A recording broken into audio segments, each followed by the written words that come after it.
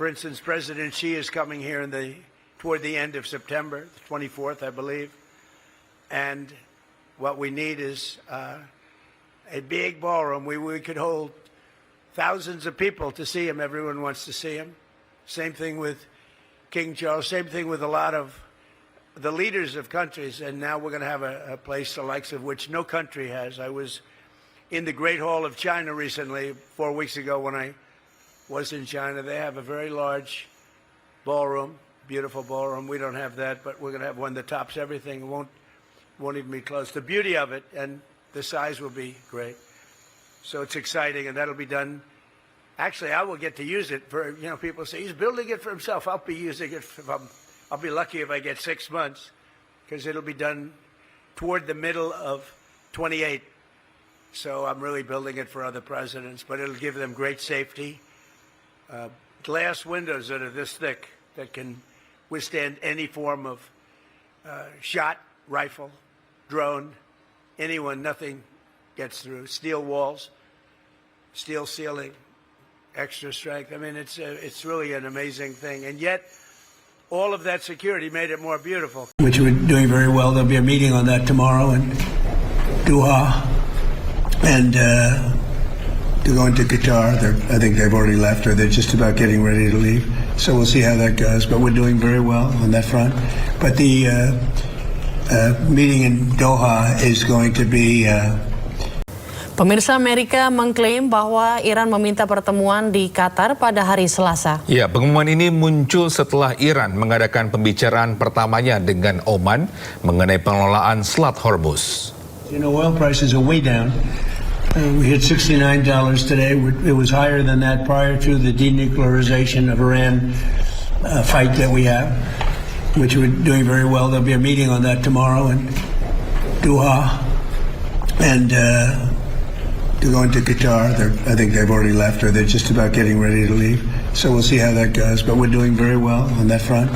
But the meeting in Doha is going to be perhaps important, perhaps not. We're going to find out. But we're winning militarily. It's almost won militarily, I would say. And it's really very simple. It's the denuclearization of Iran. We don't want them to have a nuclear weapon, and they're not going to have a nuclear weapon. And they've agreed to that, in all fairness. Pemirsa, persiapan dilakukan untuk upacara pemakaman pemimpin tertinggi Iran Ali Khamenei. Ya, rencananya upacara akan diadakan di sejumlah kota dalam waktu beberapa hari.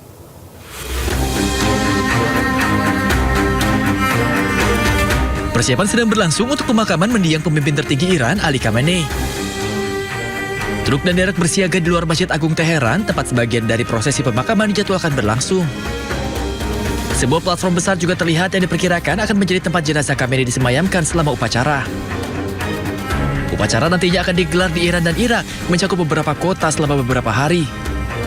Jenazah akan dikembalikan untuk dimakamkan di makam Imam Reza di Mashhad, Iran yang dijadwalkan pada 8 Juli mendatang.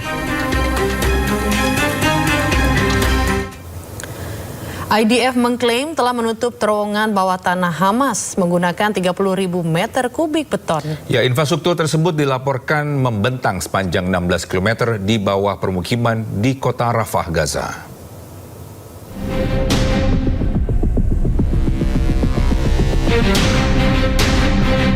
Pasukan militer Israel atau IDF mengklaim bahwa terowongan bawah tanah Hamas sepanjang 16 km telah ditutup oleh Zionis Israel. Infrastruktur tersebut dilaporkan membentang di bawah kawasan permukiman, termasuk masjid hingga sekolah di kota Rafah, Gaza. Dalam 3 bulan terakhir, pasukan Zionis Israel bekerja menutup lorong-lorong bawah tanah menggunakan lebih dari 30.000 meter kubik beton. Terowongan Hamas sedalam 25 meter tersebut mencakup sekitar 80 tempat tinggal dan berfungsi sebagai pusat komando dan logistik. Selain itu, IDF juga mengklaim bahwa jenazah Letnan Hadar Goldin, perwira pasukan IDF yang tewas di Gaza tahun 2014, ditemukan dalam terowongan tersebut. Pasukan Zionis Israel menyerang kamp pengungsi Kalandia di utara Yerusalem yang diduduki Israel. Ya, mereka melemparkan gas air mata dan mengusir paksa para pengungsi Israel.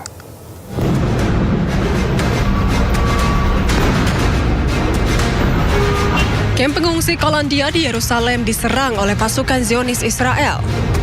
Kamp yang menjadi tempat pengungsian warga Palestina ini diserbu Israel dengan ledakan gas air mata hingga pengusiran paksa. Tentara Israel terlihat membawa mobil militer ke kamp dan menyerang para pengungsi. Hingga kini belum diketahui dampak dari serangan tersebut maupun korban jiwa atau luka-luka. Usai hancur diserang Israel, kota Frown kembali dihuni oleh warga. Ya, tindakan tersebut sekaligus menjadi penolakan warga atas klaim Israel yang mengatakan bahwa kota Frown ini berada di bawah kendali Israel.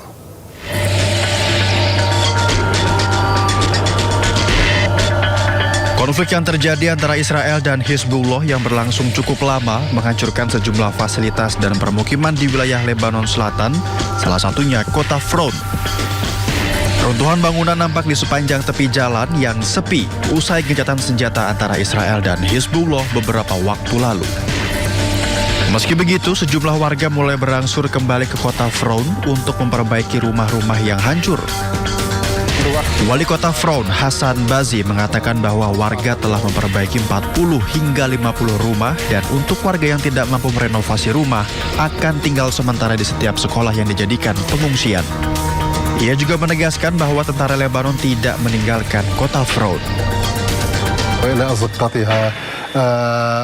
وبعدها طلبنا من الأهالي الرجوع إليها لاحتضان ترابها وأرضها ومنازلها وأكيد الأهالي لبوا هذا النداء ورجعوا على بلدهم تفقدوا أرزاقهم وتفقدوا منازلهم.